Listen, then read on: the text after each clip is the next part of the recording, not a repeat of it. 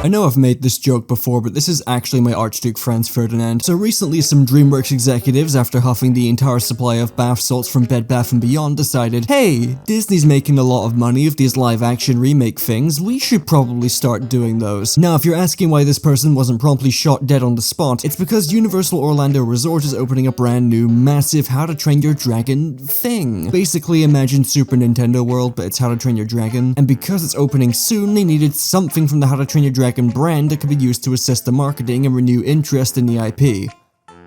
Okay, probably wasn't all because of the resort, it was probably just plain old greed as well, but you gotta admit it's a happy little coincidence, right? Hence we now have the How to Train Your Dragon live action movie. My hand is broken and my desk has several dents in it. How to Train Your Dragon and its sequel are two of my favorite movies of all time. The third one is also good, but not as good, which is strange because usually removing TJ Miller is a net positive. Even after DreamWorks released The Wild Robot last year, which is just indisputably their best film to date, Dragons 1 and 2 are still my personal favorite DreamWorks films. There's so much maturity and emotional depth to these films that you just don't see in most animated movies, while still having good-natured humor, absolutely breathtaking set pieces and animation that has barely aged a day. These movies are far and away some of DreamWorks' best offerings and some of the greatest animated movies of all time. I'd go a step further and say they're generally some of the best films released in the 2010s. I love them to death. I love the TV show. It's just such a fantastic franchise that DreamWorks has slowly been draining of its soul ever since the third movie released and concluded the story. Yet, the Dragons IP hasn't exactly gotten the best new content within the last 6 years. Like the Toddler Show? That's fine, who the hell is gonna have a problem with that? It's for literal infants. Dragons the Nine Realms, though, makes me want to willingly shoot down a Night Fury. 8 seasons of abysmal dog shit that DreamWorks tries to pass off as a canon continuation of the story, and I hate it. And coming right off the heels of that train wreck and being greeted with a live-action remake of the first movie has me feeling like Wolverine being strapped to the f***ing nuke. And what has shocked me with the live-action How to Train Your Dragon remake is how many people seem to be completely fine with it. Every time Disney does this absolute malarkey, everyone online sets aside an hour or two to completely curb stomp them. But when DreamWorks does it for some reason, it's just Glaze Central apparently. Actual hello, human resources? And it's actually blowing my mind because with Disney live-action remakes, at their absolute worst, they are mostly shot for shot with a few notable differences, but the majority of them actually do have a good few differences to the source material. Doesn't make them any less pointless, don't misunderstand, but my point is that the How to Train Your Dragon remake is far and away the most pointless remake out of any live-action remake of an animated movie I think I have ever seen. There is quite literally no f***ing reason for this movie to exist, and you can say that for every live-action remake, but when the director of the film, who was already one of the co-directors of the original film, was out here saying there were barely any changes made to the script from the original movie,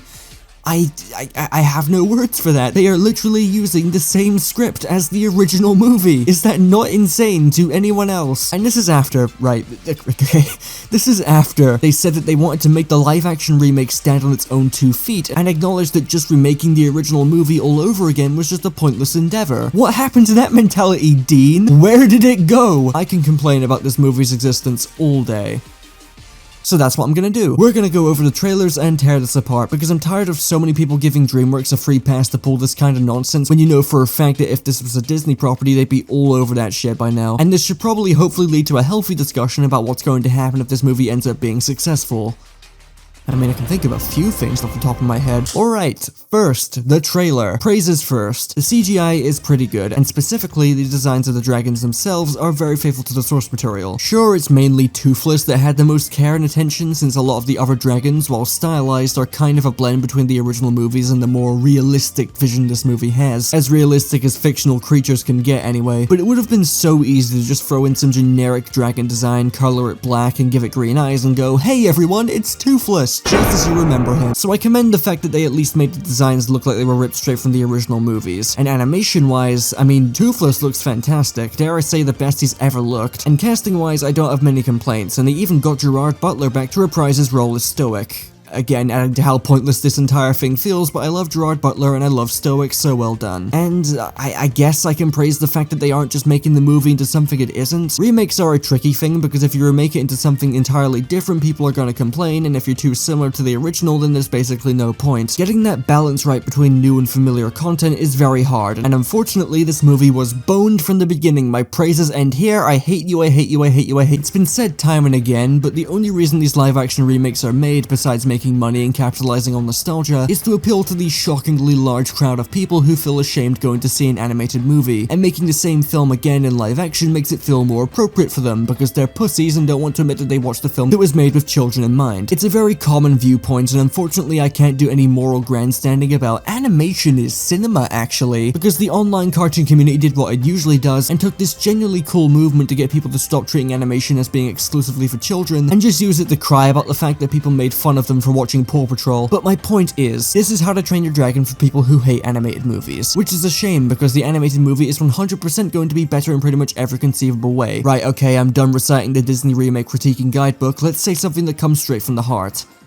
I hate how this movie looks. The CGI and visual effects are impressive and very ambitious for a film of this scope, but it doesn't take away from the fact that basically all of the expressiveness, color, and appeal has been completely sucked out of what is still one of the most breathtaking looking animated movies of all time. How to Train Your Dragon wasn't even that colorful, yet you compare the two side by side and it's clear which one looks more appealing and has more of a soul. And while I did just praise the dragon designs, is a bit of a double-edged sword because the more cartoony designs are definitely clashing with the more moody and realistic atmosphere and direction they're going for. With just a splash of color and more life put into this movie instead of it trying to pretend it's high art and being ashamed of its animated origins, this problem could have been easily avoided. It's so obvious at every point of this trailer that the movie is deeply ashamed and embarrassed of the fact that it's based off a family movie. The trailer is all drama, barely any humor. The whimsy of the originals is gone, it's just taking itself super seriously. The original didn't need to hide the elements that appealed to kids just for people to be enchanted by its engaging and emotionally rich narrative. Just from this trailer alone, I can tell that this movie was spawned by committee, and I do not care that they brought back Dean Dubois to direct this movie. In fact, in interviews it kinda seems like he's trying to find reasons to justify the film's existence. Also, can I just say, telling people who are rightfully critical of the movie being a live-action remake to go watch the animated version instead is not the best look. He straight up admits in this interview that he's not a fan of the animation to live-action trend, but is doing this anyway because he wants to try and improve on some aspects he thought the original movie fell short on, such as characters like Astrid. The original How to Train Your Dragon was made in a bit of a rush, with him and Chris Sanders being put on the film as replacement directors and had 15 months to push it through production. I understand the urge to try and touch up on some things that you couldn't get done in the original, but when the remake is already completely identical and trying to appeal to people who don't even want to go and see animated movies in the first place, whatever intentions you have for this one kind of fall on deaf ears, especially when this hardly looks like an improvement. I have no issue with the actors and actresses they casted here, but admitting that you want to get emotions out of real actors that animated characters just can't convey, it kinda comes off as bullshit to me. I have no doubt that the actors will do a good job, but acting like animation can't convey the enriched emotions you want through facial expressions just sounds like waffle to me, especially when the vocal performances in the original movies are already fantastic. The scene in Dragons 2 where Stoic and Valka reunite after 20 years never fails to legitimately make me cry, and it's because the performances are not only excellent, but the character animation and facial expressions are excellent too. You hear and see Stoic say, "You're as beautiful